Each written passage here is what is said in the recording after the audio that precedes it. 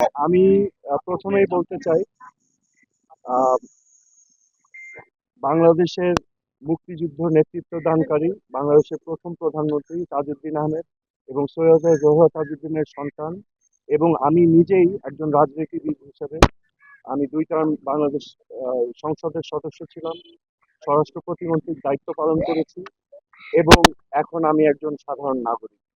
আমি আজকে এই ব্যাকগ্রাউন্ড এবং একজন সাধারণ নাগরিক হিসাবে আমি ডিবি অফিসে এসেছি, কারণ আমি বাংলাদেশের সকল মানুষের মতোই বাংলাদেশকে নিয়ে উদ্বিগ্ন বোধ করছি। আজকে এই পরিস্থিতি নিয়ে উদ্বিগ্ন বোধ করছি, কারণ আমি জানি, বাংলাদেশের সকল মানুষ জানে যে আমরা মহান মুক্তিযুদ্ধ করেছিলাম একটি সোনার বাংলাদেশের জন্য।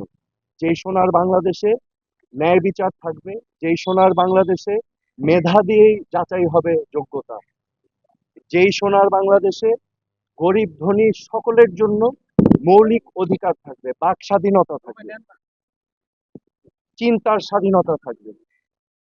আজকে আমি মনে করছি যে আমাদের সকলেরই এই অধিকারগুলো ক্ষুণ্ণ হচ্ছে মারাত্মকভাবে।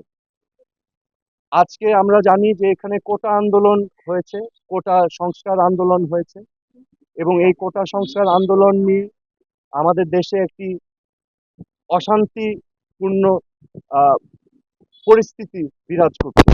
এখানে শত শত মানুষ নিহত হয়েছে, নিরীহ 5 বছরের বাচ্চা থেকে শুরু করে 8, 10, 15, 16 ছাত্র, সাধারণ মানুষ সহ অনেক মানুষের প্রাণহানি হয়েছে, এবং এটা আমাদের সবাইকে ক্ষত করেছে, আমাদের বিবেককে নাড়া দিয়েছে।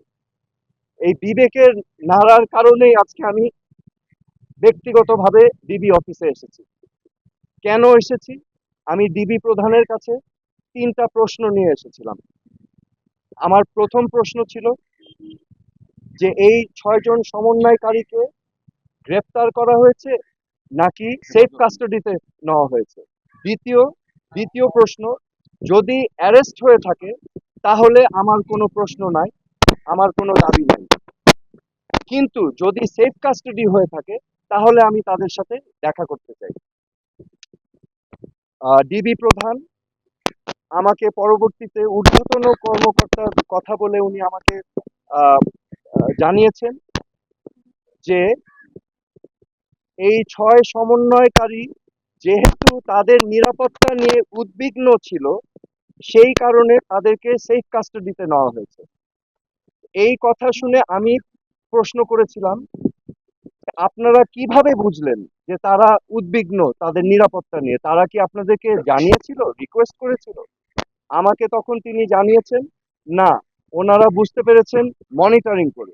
যেহেতু তারা সেফ কাস্টডিতে, আমি তখন রিকোয়েস্ট করলাম আমি তাদের সাথে দেখা করতে চাই।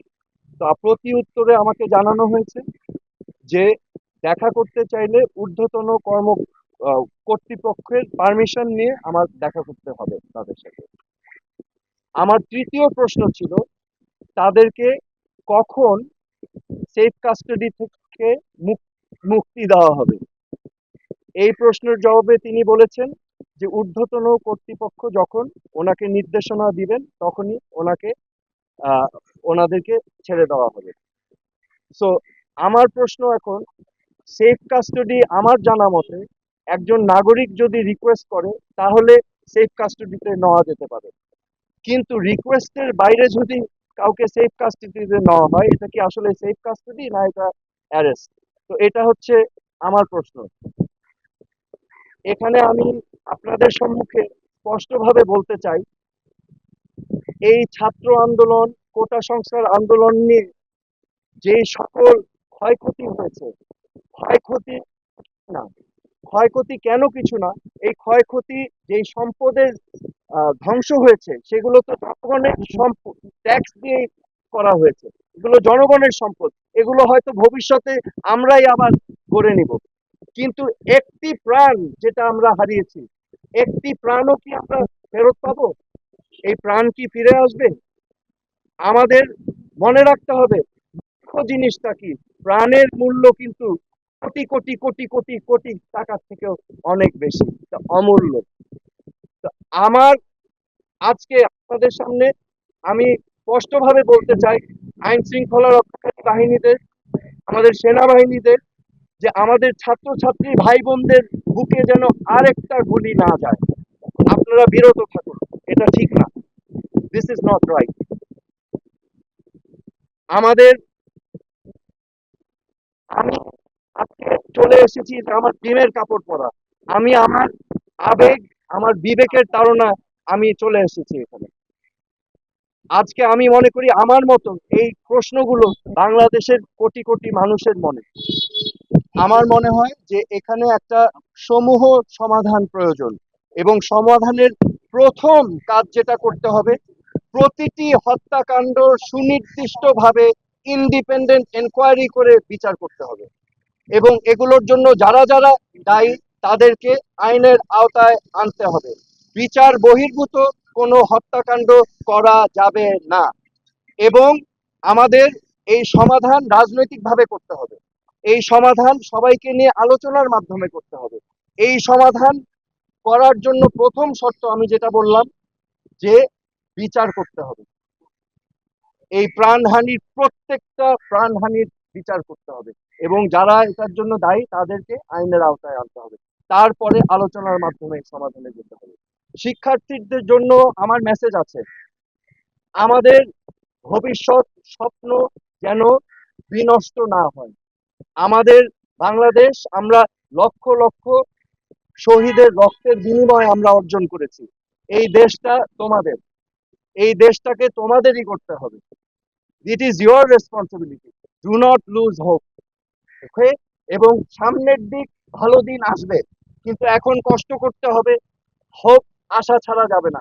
এই দেশটা তোমাদের সম্পদ, তোমাদেরই করতে হবে। তোমরা ন্যায় পথে থাকবে, সত্যর পথে থাকবে, অন্যায়ের বিরুদ্ধে প্রতিবাদ করবে। That is my message. আরেকটা বিষয় যে আহ, অনেক জায়গা থেকে শোনা যাচ্ছে যে তাদেরকে সমন্বয়কারী যে 6 জনকে হেফাজতে রাখা হয়েছে তাদেরকে আজ ছেড়ে দেওয়া হবে। এই বিষয়ে কি আপনি কিছু জানতে পেরেছেন? আমি এই প্রশ্নটাই করেছিলাম যে আহ, এই 6 জনকে কি অতি সত্বর ছাড়া হবে কিনা। প্রতি উত্তরে আমাকে জানানো হয়েছে, হারুন সাহেব আমাকে, ডিবির প্রধান সাহেব আমাকে জানিয়েছেন যে ঊর্ধ্বতন কর্তৃপক্ষের আদেশ আসলেই সেটা করা হবে। এখন উনি বলতে পারছেন না কখন। সো সেফ কাস্টডিতে আছেন অ্যাকর্ডিং টু দ্যাট। আমি অনুমতি চেয়েছিলাম, কারণ আমার পয়েন্ট ছিল যদি গ্রেফতার হয়ে থাকে তাহলে আমার দেখা করার কোনো অধিকার নাই, কিন্তু যদি সেফ কাস্টডিতে থাকে তাহলে আমি দেখা করতে চাচ্ছিলাম। তো আমাকে সেটা ডিনাই করা হয়েছে, বলেছেন ঊর্ধ্বতন কর্তৃপক্ষ পারমিশন নিয়ে আমার দেখা করতে। আমার কোনো পদক্ষেপ কর্মসূচি নাই। আমি আমার বিবেকের তাড়নায় এসেছি।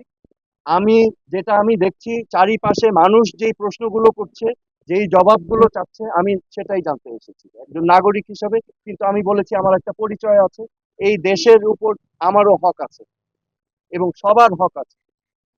তো আমি সেই জন্যই এসেছি এখানে।